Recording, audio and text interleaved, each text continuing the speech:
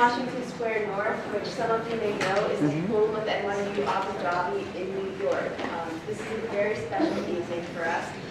In conjunction with the exhibition that I hope you were all able to look at before we got started, we're having the artist talk with the photographer who's responsible for these magnificent images.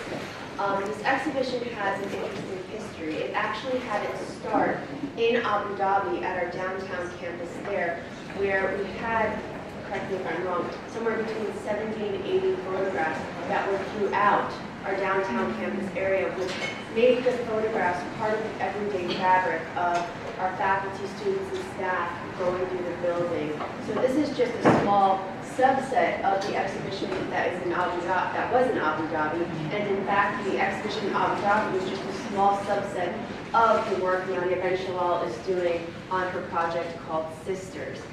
This project also made a nice corollary to some work that our interviewer, Shamoon Zamir, is working on. Last May, he hosted a colloquium in Abu Dhabi that Nadia Benchallal, attended called Photography at the Arab Crossroads, which is very much part of Shamoon's recent research. So Shamoon Zamir is an associate professor of literary and visual studies at NYU Abu Dhabi. Before we lured him to the Middle East, Shamoon was a reader at King's College in London. His work focuses on literature and photography, specifically in America, and as we will be discussing this evening, the Middle East. A prolific writer, Shamoon has authored numerous articles and translations. He has written books on W. Du Bois and Edward S. Curtis, as well as edited a photo book covering Talbot and Rusha, and a compilation called The Unruly Garden, Robert Duncan, Eric Nordstrom, Letters and Essay, and this is only a few of the publications he has recently authored. He was co-founder of Talus, a small press and journal specializing in contemporary international writing and cultural studies. Currently, he serves as series editor for American Studies, Culture, Society, and the Arts, published by Peter Lang, AG. Most recently, Shamoon's work has taken a more global focus. He holds a grant to look at The Family of Man, which was a photography exhibition curated by Edward Steichen in 1955 for the Museum of Modern Art, and he's looking at that within a more global context. He is also working on a long-term project to create an extensive study of Arab photography, which this exhibition and colloquium I mentioned is very much contributing to. And turning to our guest of honor, Nadia Benchallal is an award-winning Franco-Algerian photographer who formerly lives in Paris and now lives in the south of France. Lucky Nadia. She studied photography at the International Center of Photography, better known as ICP, in New York City. She has worked for international magazines and newspapers, among them Le Monde, Geo, El País. Am I pronouncing that right? Yes. Sorry, my French is hideous. Time Magazine, Zeit, my German fortunately is better, La Repubblica de la Zona, and Newsweek. She has traveled extensively for her work with Saudi Arabia, Bangladesh, Japan, Egypt, and Turkey, and her work has been widely exhibited. Her awards include Lisa d'Or from, I'm going to butcher this, thank you, from 1994, a W. Eugene Smith Fellowship, and a Mother Jones Grant. She also received a European Eyes on Japan's grant, in which she documented the life of women in Gunma State in the Japanese heartland, and that was in 2001. She is currently, as we all see, documenting the Muslim world and has developed this as an in-depth project on Muslim women called Sisters. Sisters is an in-depth and ongoing project to explore the emancipation and modernization of Muslim women around the world. Represented in our space tonight are the countries Algeria, Palestine, Bosnia, Iran, Myanmar, and Malaysia. And again, this is just a small subsection of the Sisters project, which is ongoing, and Nadia will continue to take her camera and photography to other countries around the world. So without further ado, I'm turning over the conversation to Shamoon and Nadia. Thank you. I think the format Nadia and I agreed on following is we'd like to have a conversation for 30 minutes or so, and then open the floor for discussion and questions and answers. So, as I'm beginning the next one, Kerry has explained, this exhibition originated in Abu Dhabi in a much bigger format, and it's very nice to have it here because I think one of the interesting facts about the pictures you're looking at on the walls is that the origin of this project is sort of New York based. If I remember correctly, you were working at the ICP, the International Photography, where I think the germ of this project was laid. I wanted to ask you to talk a little bit about how that happened and what you were doing at the ICP. Yes. So first of all, I just want to thank NYUAD Abu Dhabi to invite me to have this exhibition, especially Maya Allison, who is in Abu Dhabi at the moment, Kerry, who is here, and Shamoon Zamir, who really did a great job and contributed to have this work here. Second, I'm really deeply, I guess how I can say that, emotionally touched to show you this work here in New York, because photography for me started in New York 20 years ago.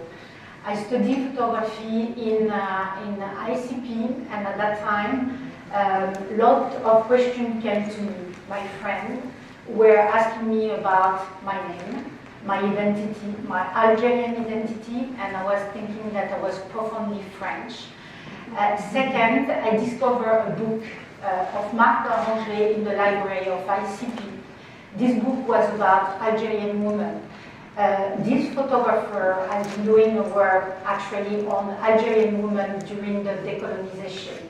And those portraits of Algerian women were so strong that it was really important for me to go back to Algeria. And I just want to tell you also something. There is someone called Robert Blake who's here, who was my general study director of ICP, who pushed me also toward, doing my personal work.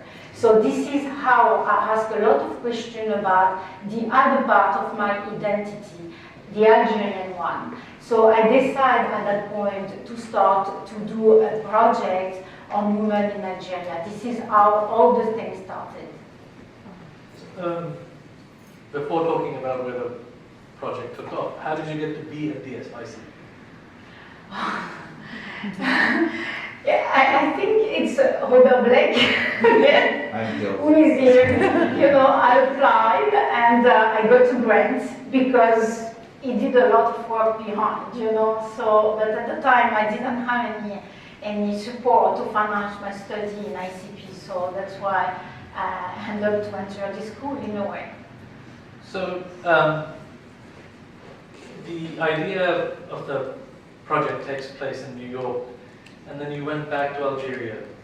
Your parents had moved from Algeria in the 1950s, if I remember correctly, and you hadn't been back much since? Is that true? No, actually, yes. Actually, my parents moved to France in the early beginning of the 50s. Algeria was still a French colony at that time. And I went back to Algeria when I was 8 years old, actually, and as a child. And I had this souvenir of a country. This was my first big trip.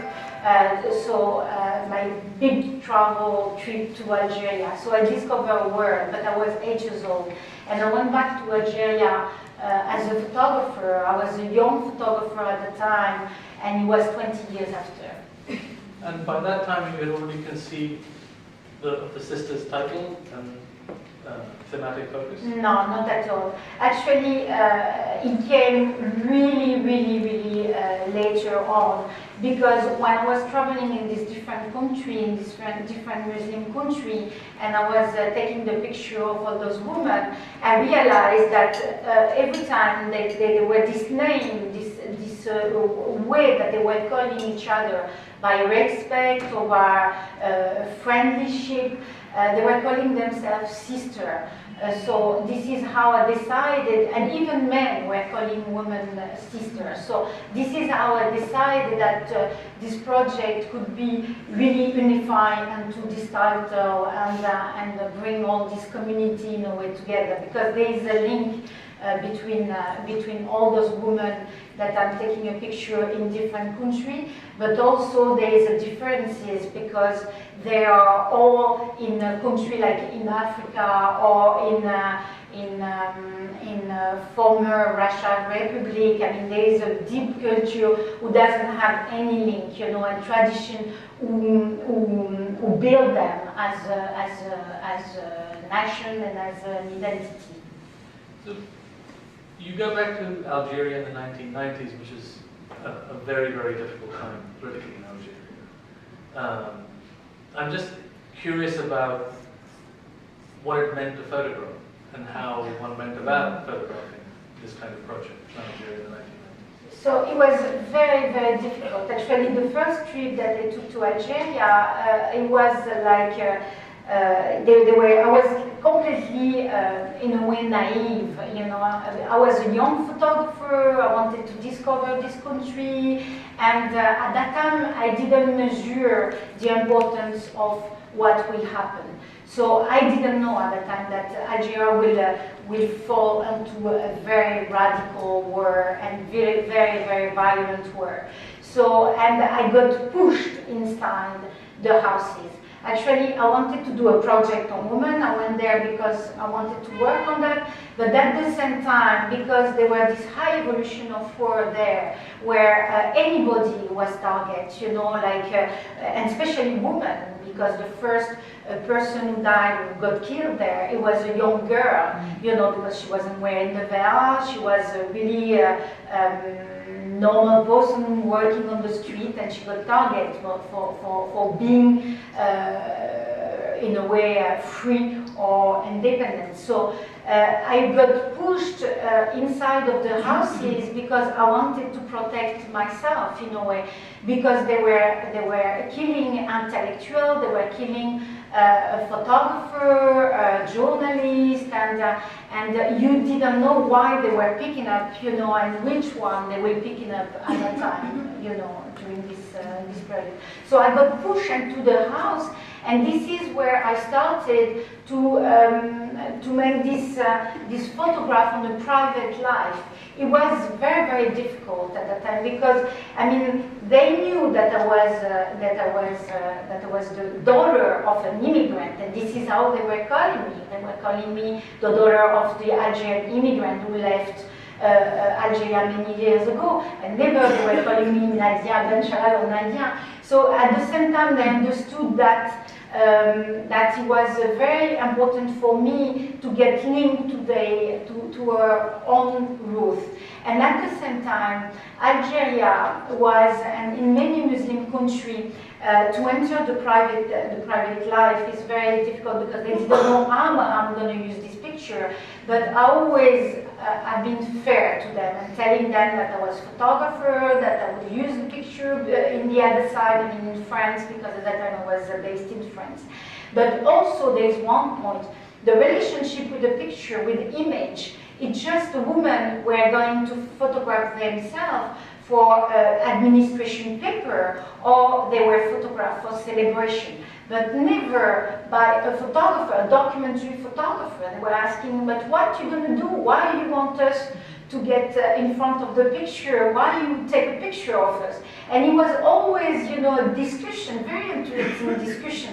And sometimes, you know, I was pushing the situation. I was going back and forth again and again. Every time that I was going to Algeria, I was going to the same family until I get really connected and had really a good confidence with what I was doing to accept, you know, to be photographed. So some people in the first time didn't accept it, but it's because I had this relationship with them, and I was going back and forth all the time that things happen. It's a really, really difficult, the sphere of Muslim women is a very, very difficult place to be as a photographer. So that's what is fascinating in what you're saying, because you're sort of describing a process whereby you've gone from one problematical situation, the political situation in Algeria, into another problematical situation, which is photographing the private lives Muslim women, which is a highly difficult, you know, and even as a woman yourself, the access to that world must be very complicated and must be shifting in its complexity depending on whether you're in Myanmar or whether you're in Algeria or whether you're in Middle East, Palestine. And I'm wondering whether you could say a little bit about that, because what kind of time does this project involve? How is the access achieved? And what sort of relationship do the images have with the lives of these women? Do you return the images to these women? Yeah. Do they have final say about the use of these images? All the issues that are involved in the photographing of Muslim women by anyone. I'm just curious about how that process works. To go back to it depends in which country. I'm working on a long-term project, so like Algeria, I was going back and forth for magazines or for my personal project, depending on the fund, a lot. Bosnia, I was in Bosnia during the end of the war, and I worked on the specific issues on Srebrenica. And that was a project that got financed by the UNESCO, and they gave me the money to go to work on the consequences of war on Srebrenica women. So, and it happened that it wasn't that easy, because the psychological, I was working on the psychological issues, and the center where I was working in Tuzla, I had access to certain places, but other places I couldn't enter because there were all those people who were working with those women who got sometimes raped. Bosnia was for me a really another issue in the work of Muslim, because during the moment that I was working in Algeria, they were at the same time Bosnia was happening. The war in Bosnia was there. So, and I heard about all those raped women during the beginning of the war in Bosnia, and it was really important for me to go there to do a piece at that point. And I missed probably one question. I'm sorry.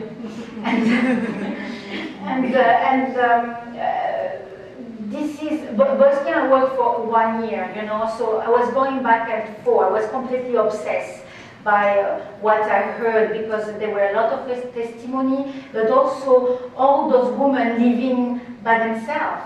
It was like a huge community of women who escaped, who got kicked out by the Serbian army from Srebrenica and arrived in Tuzla, by mass of women and children and elderly. So it was really important for me to work on that piece. So it seems that part of the way the project has developed is accidental. So you're in Bosnia to cover a certain kind of project, Srebrenica happens, and therefore the project takes a direction. And one of the things that is hard to illustrate this because of the small selection in this room, but my sense has been that with each geographical focus, there's also a kind of thematic focus. Bosnia and war, and certain kinds of work, or military school in Myanmar, etc., that you've been working on. I'm wondering to what extent, how often that has happened in the project, whether the project has developed in unexpected ways for you, I'm assuming when you go to Myanmar you have an idea. Do you already have a plan of where you're going to photograph and what you're going to photograph? Yeah, Myanmar was very specific because I work on the Rohingyas, and the Rohingyas is a state where you don't have access. And the time that, the press doesn't have access and foreign people doesn't have access. So to go to the Rohingyas, you have to have an authorization. So I got this authorization by a French humanitarian organization who allowed me to come to the program that they were putting there. So, and this is how I entered this space. So after Malaysia, when I worked in a police school, the police school of women, the Royal Police School of Women, there were an opportunity. There is someone who told me that it will be possible, and I catch this possibility. It depends. Sometimes it's like I wanted to work in education in Malaysia, because I think it's a completely different way of living the religious and spiritual aspect, you know, and that really pretty much how I can say, pretty much different than what it is in the Arabic world. You know, men and women are talking together. There is no this issue of relationship and intimities, and they are living in the same sphere in a way. Just to change tack a little bit, the large exhibition you had at NYU Abu Dhabi was, I think, the first large exhibition you had. And given the fact that this project has been going on for more than 20 years now, given the fact you published your photojournalist work in many, many newspapers, as Kerry pointed out, why do you think it's taken so long for there to be an exhibition, or why is there therefore a lack of interest in this? Because I think I'm working, it's a really specific and very, very, very, very profound work. As you see, it's a black and white picture. I'm working on a traditional way. I think, you know, it's not very, very easy to find a fund for this specific project. I think it's a life project. I think I'm going to work on that until the end of my life, in a way, you know. And I think it's really, really important for me to show this side of the Muslim world, in a way. I think I call it the silent resistance, in a way, because those women, you never saw them, you never hear them, but they do things. They do a lot of things in education, and more today. It's not an issue of being there or not being there. It's about a position that you have in your society and how you push your society to move toward education for young women and move it up and up and up, little by little, you know. And you never hear about those women. I mean, it's just they are silent. There's a way in which, at least in certain quarters, there's a lot of interest in the Middle East. There's a lot of interest in the Islamic world. There are certain aspects of the art world in which certain kinds of photography and certain kinds of art are selling a lot.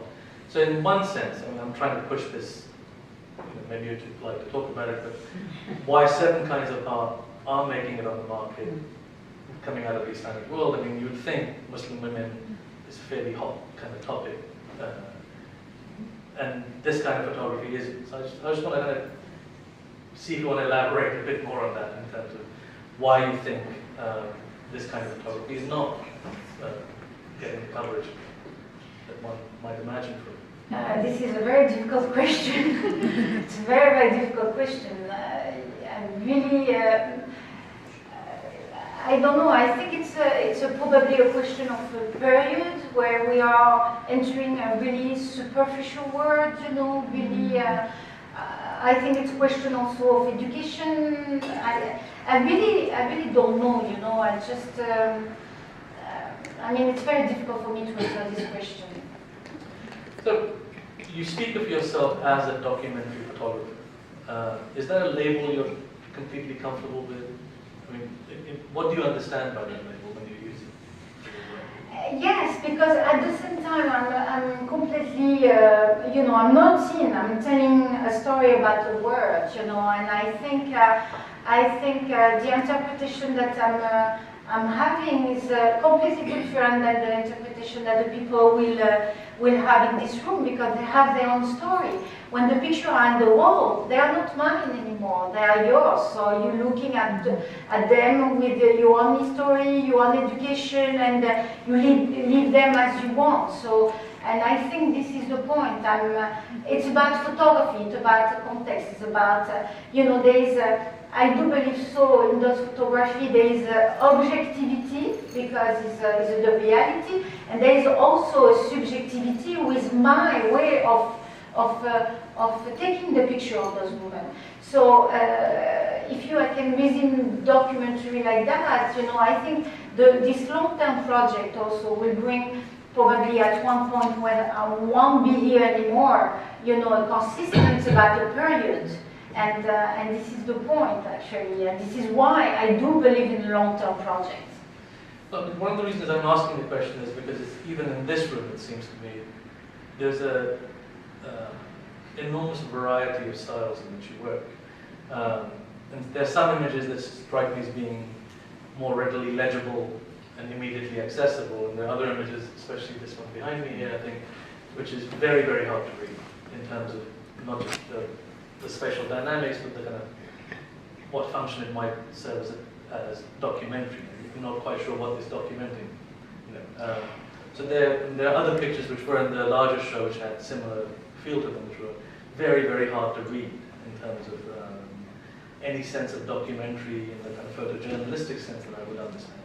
So I'm curious about that variation as well. I mean, even that picture for the enigmatic picture, to me anyway, I'm not quite sure what the women are doing here, why they're all going in different directions. And there's certain dynamics in the photographs that strike me as being hard to read, or hard to simply translate as illustration of work or suffering or labor or something like that. I'm curious about that variation of style, how you're developing that in the project. Actually, for me, those two pictures that you're talking about is a symbol of the period. This is a picture taken on a psychotherapy center in Tuzla. And I was inside of this psychotherapy center, and I was shooting through the window. I didn't see the small faces, it was just beside me, reflect on the window. I saw the woman standing there and all those kids moving around, and I took the picture and I discovered this picture on the negative, the contact sheet after. I didn't know that this little girl was standing behind me. This other picture, I went to Gaza in Palestine many years ago, and it was just after the return of Arafat.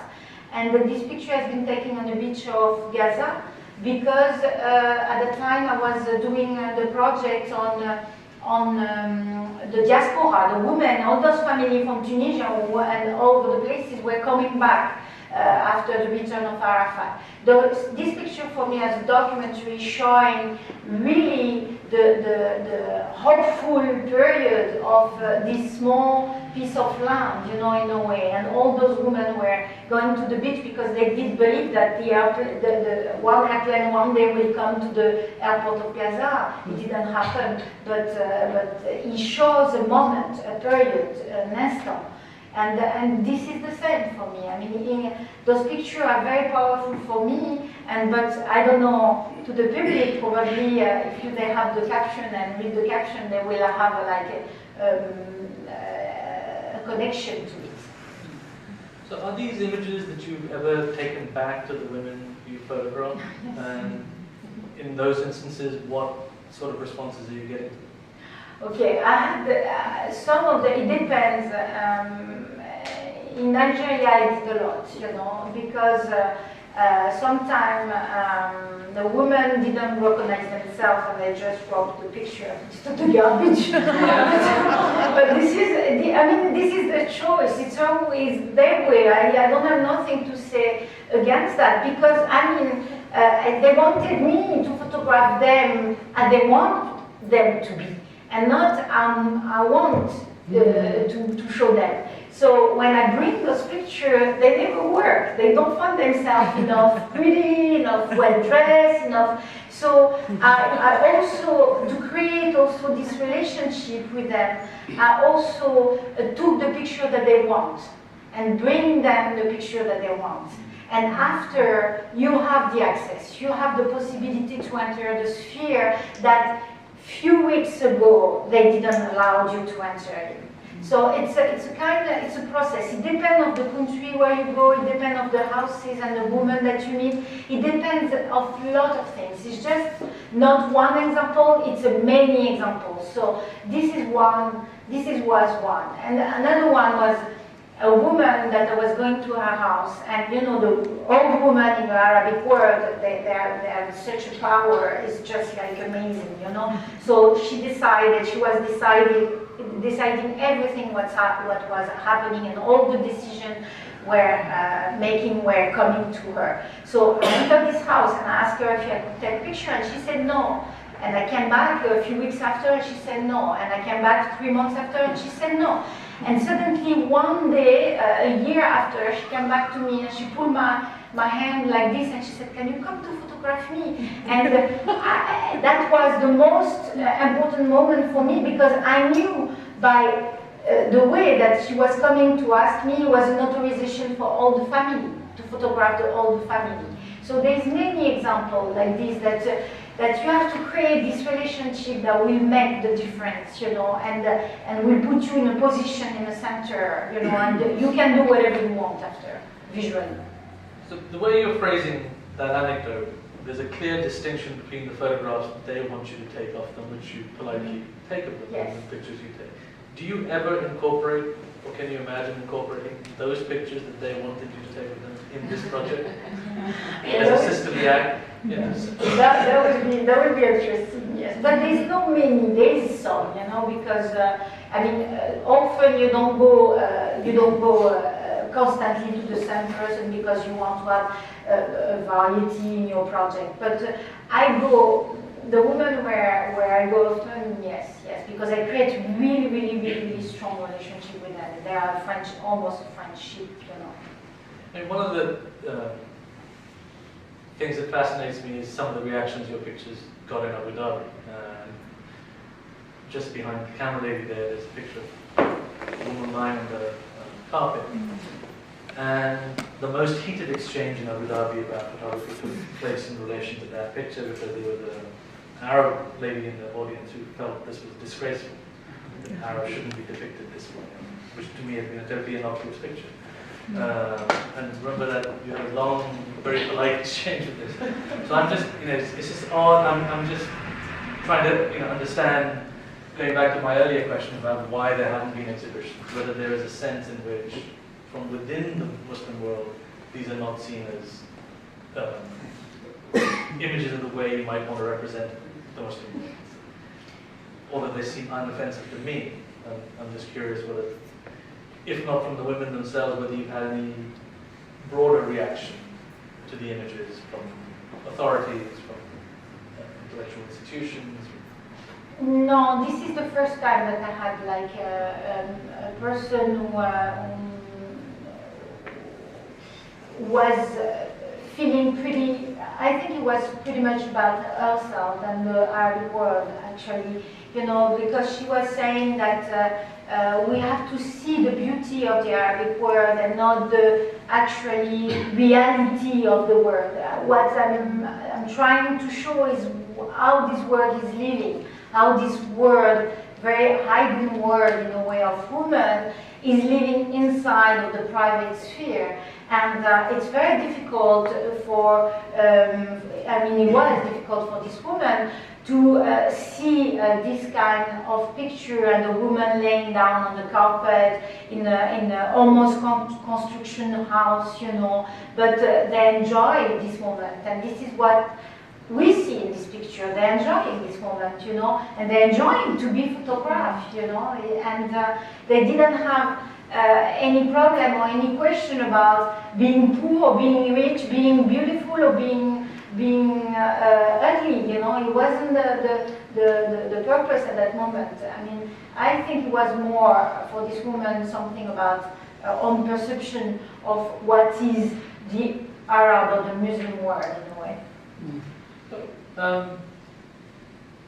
The way you talk about the pictures, you have a very strong sense of the context in which they took place, the women, the particular stories. Have you collected stories that go with the pictures? Have you taken notes? Have you kept a diary? No. Would your plan be to, you would not when you publish the photographs as a book, as I imagine you want to do, you don't imagine them being accompanied by a text of that kind? No, I don't think so. I'm not, I mean, the only writing that I know, I mean, that I think that how I can say that, the only writing that I know how to do is photography. So I think there will be text, but mis à part the caption, I think I think someone has to write the text. Since you began the project, fairly seismic changes have taken place in Muslim world, post 9/11, post Iraq. Has your sense of the way the project is developing shifted as a result of that? And if so, in what ways? Yes, I think so. I think 9/11 have been pushing the Muslim and Arabic world to question themselves. And I think toward the revolution, we see women in the front of the camera and in the streets a lot. I think they are conscious about the position that they have in the society today, and they don't want men to let them go back to the house. They want to play a role, very important role in their society. And I think, 9/11 and the almost more than 10 years after with the revolution in North Africa and Egypt, and I mean, there is a lot of questions coming up, definitely, and the world of women is changing, is tremendously. I don't want to say, and I'm really careful with that, I don't want to say in a good way, especially, but there is a lot of good things happening also, and there is also this fundamentalist and radicalization of the society who is there. So it's a really fragile, situation at the moment.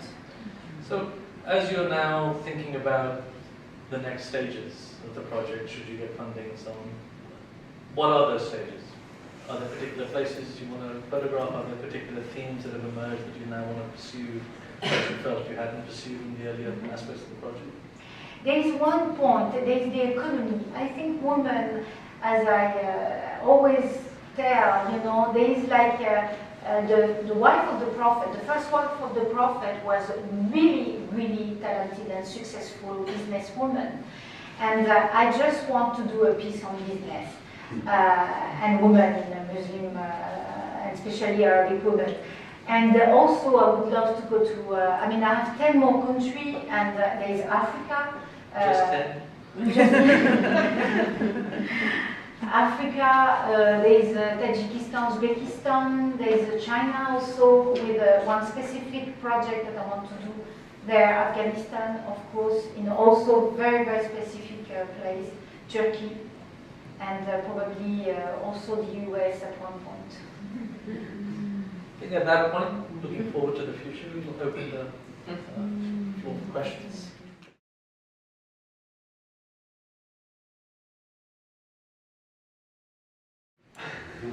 I have two questions, and the first one, if it's too personal, I would understand if you wouldn't answer it. You started out by saying, I went back to find my own identity.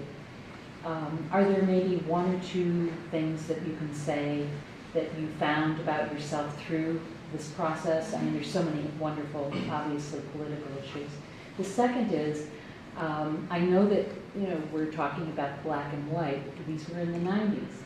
Are you thinking of going forward with more digital? These were not digital, I take it, right? No, So, right. So are you thinking of that, or do you want to talk about the equipment? It's a technical question, yeah, the equipment. Okay.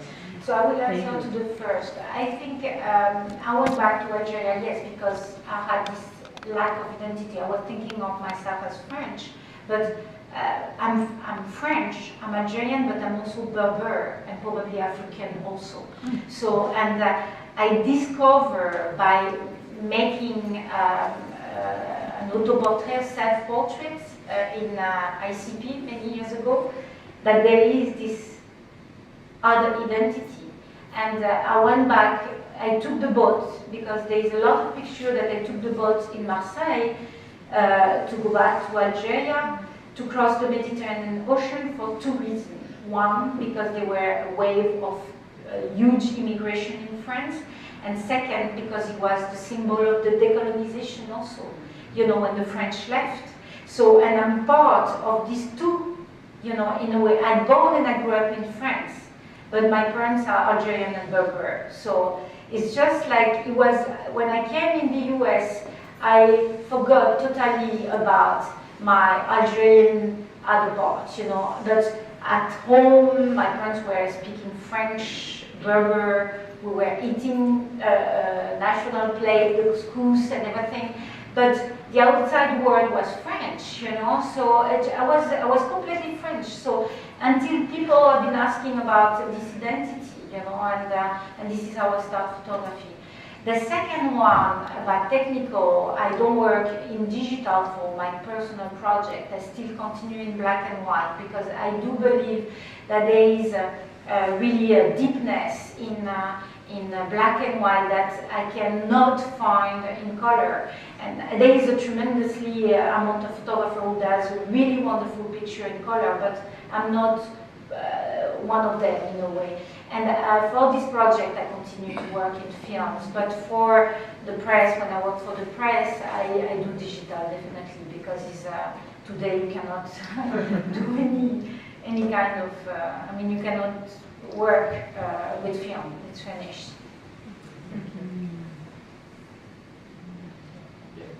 The first time I raised the camera in Algeria in 1976, 3 policemen sent it on me and made me hand over the film.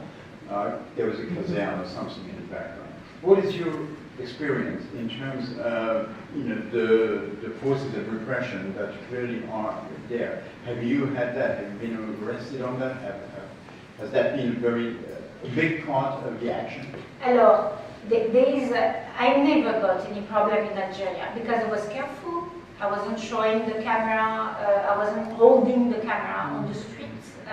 During this period, I was the only sphere where I use the camera outside. It was when I feel really comfortable, or I was with friends, or with this woman passing through one point to the other one, and I knew that I was in security with them. So, and I could photograph them on the street, or I never was. I was really careful. I know it's very, very difficult to photograph in Algeria because there is this totalitarian system and oppression, and even the photographer or journalists today have difficulty to work there. You know, and it's very difficult to go to places because you need authorization. I always always work in a way that I could make my personal work. But every time that I went to Algeria to work for a magazine, I had an accreditation, definitely. You cannot, because you go to specific place, you go to interview specific, you work with the journalists who interview specific person, so you need always to have those authorizations, otherwise it's impossible. But for my personal work, never. In the other countries? For my personal work, no. I mean, in Bosnia, I used to I had an accreditation from the UN to go to Sarajevo or to take the UN plane because we need it, but otherwise, no. In Gaza, also to enter Gaza, I went to the communication center in Israel to have the authorization, but I never got any problem doing this kind of work. Never. I mean, in Bosnia, I almost died, but in an accident, but that was okay. I'm very touched by the intimacy that you make us enter in our photographs.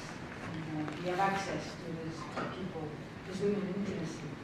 So my question is, have you noticed a difference since you live in the West and in the Arabic world? Is there a difference in the intimacy?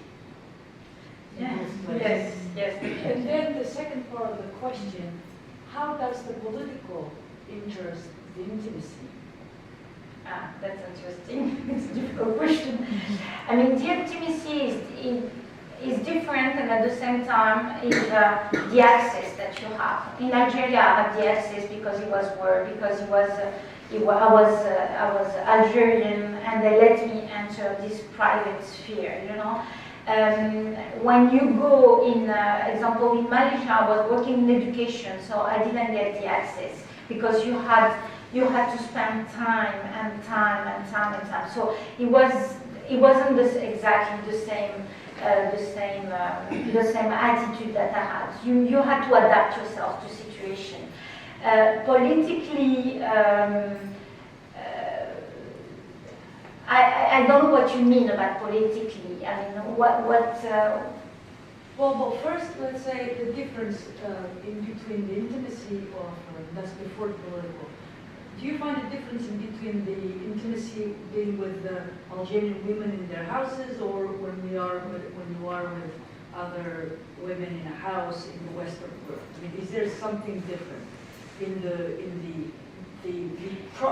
the act of being women and talking about things? So that's why the political comes, you know. I mean, do you have the same political discussion when you are with your girlfriend in New York, in Paris, or when you are with this woman sitting in those, you know, in those rooms? Yes, in a woman private life, you are a woman among women. So, and it depends of the. I will answer. It depends of the degree of education. I mean, it depends of a lot of things. You know, it's just like. Women, even they didn't have education really well, they weren't well educated, they were talking about politics, by expressing things about men, things they thought only among themselves, you know. So, and it's already political, you know, in a way. And actually they could say that because they were among themselves.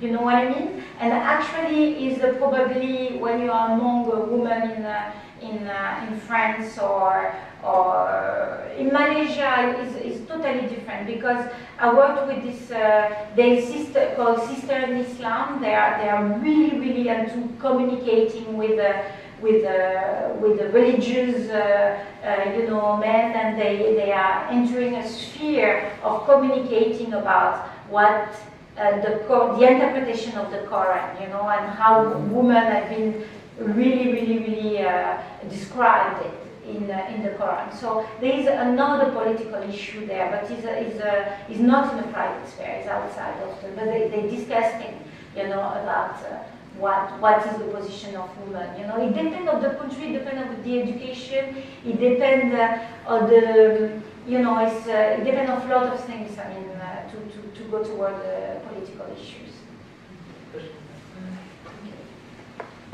Yeah. Could you discuss the extent to which the results of your interviews are affected by two variables, age and education, in terms of the things that people tell you? Yeah, I mean, it depends, because in the Arabic world, I find out that being a woman, educated or not educated, you live among a woman. You know what I mean? And there is like, it's the cultural and the traditional issue who put you into this world. So, and it's common. It's common to any woman. You know, they talk to their grandmother who didn't go to school, who are probably late, you know, and they communicate in a daily basis.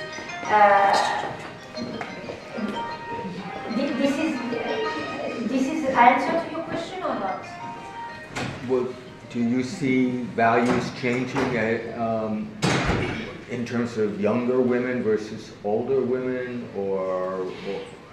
It depends of it depends of where you are. You know, I cannot compare, you know, again, Malaysia than Algeria, or I don't know, a Muslim woman here in America. You know, it's very different. So there is so many things happening at the moment in the sphere of women that they are really implicated, and to the vision that the people want to give of them. And actually, they are in the silence, always in the silence. They are trying to move on with this perception. But it's not easy, because they are under a patriarchal system, you know, in a way, and a very patriarchal system. So how are they going to move progressively to go toward a very well educated and have a really well position? There is many women in a very well position in a Muslim world. But I think the situation with the revolution have been starting to move tremendously fast, you know. So and as I said before, it's very fragile. So it's very like you know, delicate in a way. Did I answer to your question? Somewhat. Yeah. I want to piggyback on the intimacy issue. I mean, here you are, photographing these, these people, but they're all. It's like you come into their world and then they completely ignore you. They are doing all kind of things between themselves. So there is almost like an intimacy between them. And when I look at for example, the woman of the Turkish man, that's probably the most intimate moment that they have. I mean, I remember when I was a little boy, I went to the women's hammams, and that's where the most important decisions are done. Weddings and. So how would you, look at that and explain their intimacy that you are not part of? This specific picture, I wanted to make this picture for so many years because I was invited for a wedding 10 days before to take this picture, and the bride is a tradition in Algeria, she invited me to go to the hammam 2 weeks or 3 weeks after with a family and friends. So, and I said to myself, this is the moment where I can take this picture because it will never happen again. Or, and I was in this, again, I'm with very confident and a very private sphere. So I pick up my camera and I asked the bride if I can take a picture, and she said, "Oh my God, the picture in the hammam, are you crazy? You will see, they will." And she said, "But do whatever you want, but be careful. If they see you, you will have a lot of trouble." So for me, this picture is really important because you don't see the faces of people, but you see the place and the people who are on it. And in a way, I try to not give the identity or the vision of the woman who are there, So it's, I stole this picture in a way, but I stole this picture with respect, it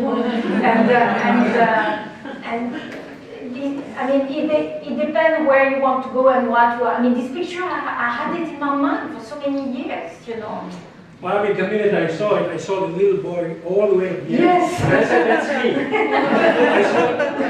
But then when I started to look too much, I think I was probably 7 or 8, that's when they decided, no, you can't come here. So in the interest of understanding technique properly, were you dressed for the hammam carrying a camera around, or were you dressed in jeans and t-shirt carrying a camera around? I was dressed properly. But that creates a strange dynamic. I mean, if everyone's dressed like that and you're... No. I had a bag and I put one camera only with one lens. It was wide lens, and I just saw those kids were playing, and because it's a wide lens, I just put myself behind the kids and I took like 3 shots, and I just dropped my camera in my bag again, and I went with a woman in the bath, enjoy the moment.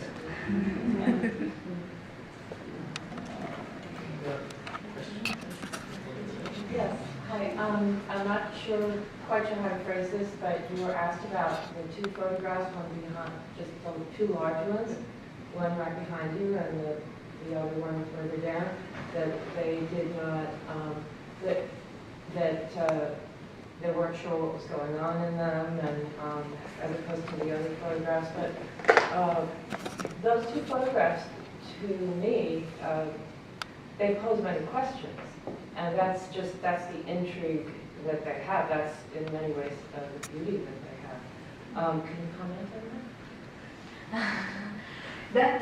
That they ask questions rather than... No, again, it's a moment, it's really a moment. I spend a day, I spend many days in a psychotherapy center because I was coming back and forth, days and days and days. And exactly in Gaza, with those young girls from the diaspora, I met them in the university in Al-Azhar in Gaza, and we spent the day visiting because they were taking this trip, around Gaza to visit Gaza. Gaza is a very, very, very, very small place. And I followed those women, and suddenly there were this moment, who was just like really moving. They were, some of them were on the swing, you know. Other one were running on the beach, you know, and it was really joyful moment. It was really a specific period in Gaza. I mean, everything was building, you know, they were like, Arafat were coming back, and I mean, the situation was really in hopeful, it was a hopeful moment, you know, and for me, again, this picture represents that, you know, it's just like... Yeah, I might just make a comment rather than a question, because we seem to be going back to something that we could also say about these photographs, which is that they're lyrical, not simply descriptive. So for me, there's a lot of literal questions people ask about content. What is it? What does it mean? How did you get there? What does it represent? But then you could also say there's a musicality. There's actual choreographic space that's being interpreted and organized. And there's the uncanny part of it, which would be the accident which becomes providential. But once it's seen and selected, it's as intentional as any other. So in privileging the moment and hearing the word the moment, the instantané, the moment, ambiguity in an image allows you to recognize that time is suspended, and that it's the interpreter, the viewer, Nadia keeps talking about who animates the image, that actually does have to interrogate themselves just as the images might, both because there's been a delay between the time of making and the time of seeing. So that's one form of that delay. And the second is the time it takes you to actually read, or what I would say, sing the image, which is better than reading. Okay? And so and black and white does have this ability to provide a kind of internal coherence to many different images because of its minimum use of black and white and scaling, weight, tone, size. And so unconsciously, she's driving our eyes through these pictures.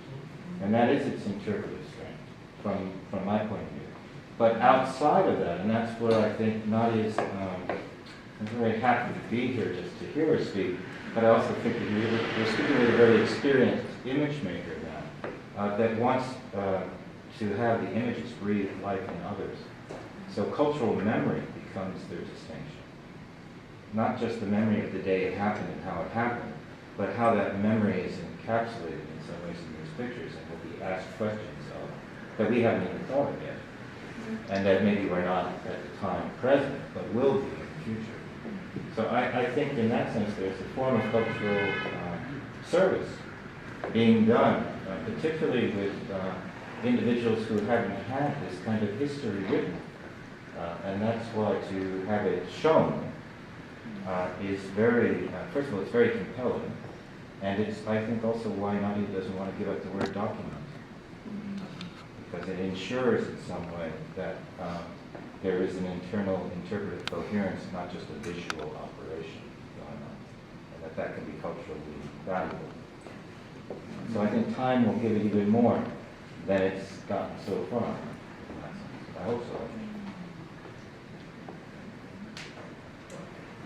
I'm interested, and this may be a question that both of you can answer. You may have different perspectives on it. But I'm interested about collections of photography in these countries. And I'm just wondering, we talked about these intimate portraits and you're respecting the subjects and protecting identities. But I'm wondering, is there a place, let's say in Algeria, but in the other countries as well, where there would be a collection that would be interested in acquiring your photographs, or not? It's a very, very difficult question to answer. I hope Algeria one day will be interested in what I'm doing, and I deeply hope, but there is some organization in Lebanon who's collecting images, Yeah. So. It is the case that the Arab Image Foundation in Peru focuses largely on historical photographs rather than contemporary artists. And I think as far as I know in the Middle East, there's a very limited set of resources for actually collecting contemporary artists in any consistent way. There's a museum of photography about in Qatar eventually in the near future. There are various other organizations, but there isn't, as far as I know, a serious collection of contemporary photography.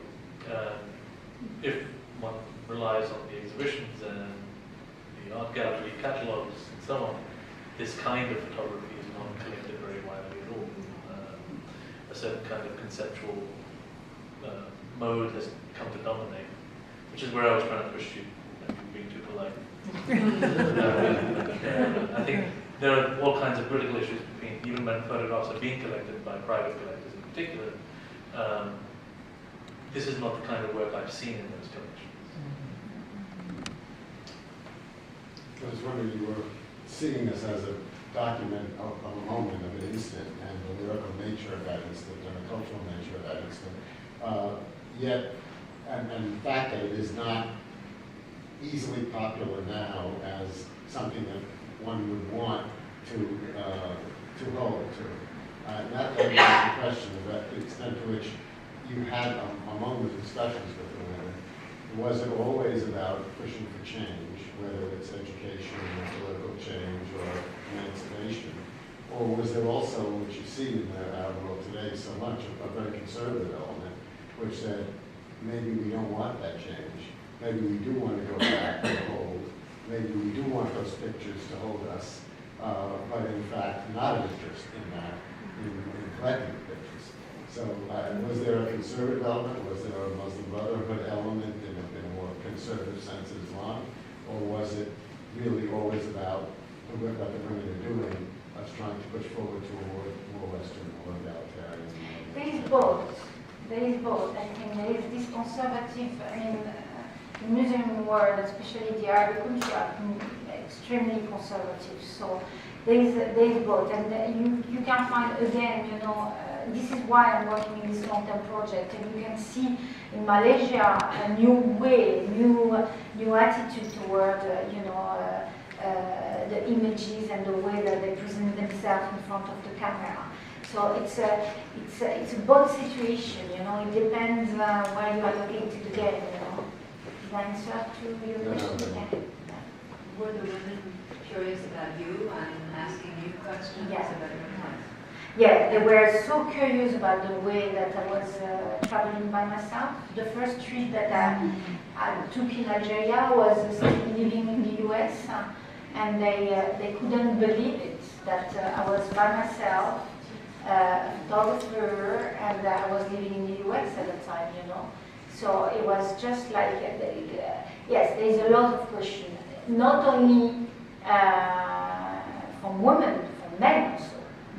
Because I'm independent, and they saw a lot of women really, when I talk to them, they saw that you see their eyes really bright, you know, and they say, how I can do myself, do you think it's possible?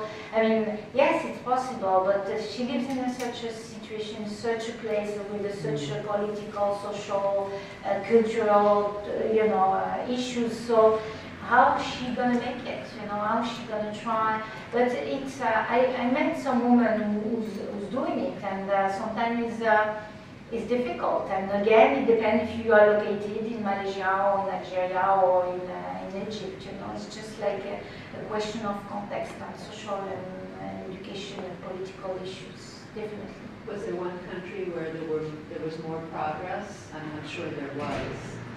Oh, I think there is progress everywhere. I mean, it's just like there is progress everywhere. It depending from where you belong. I just don't want to talk and generalize the situation because I will be completely wrong, you know.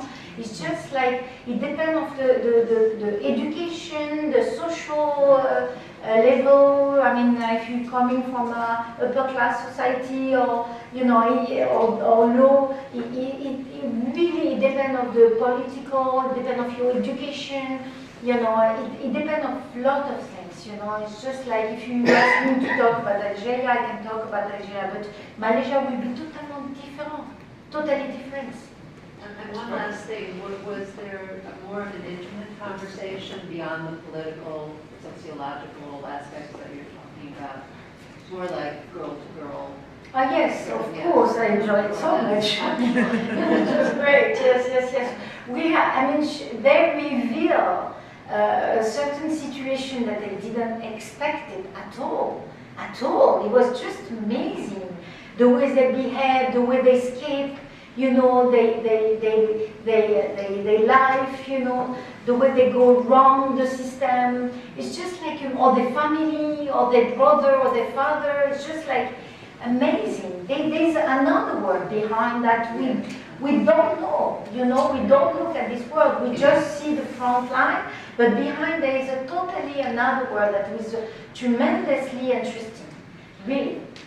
And then I can take one or two more questions. Shelley is sitting back there, even though she came late, we let her ask a question. What did you say? I missed that. Just because you came late, we're going to let you ask a question. Thank you so much, and I am sorry.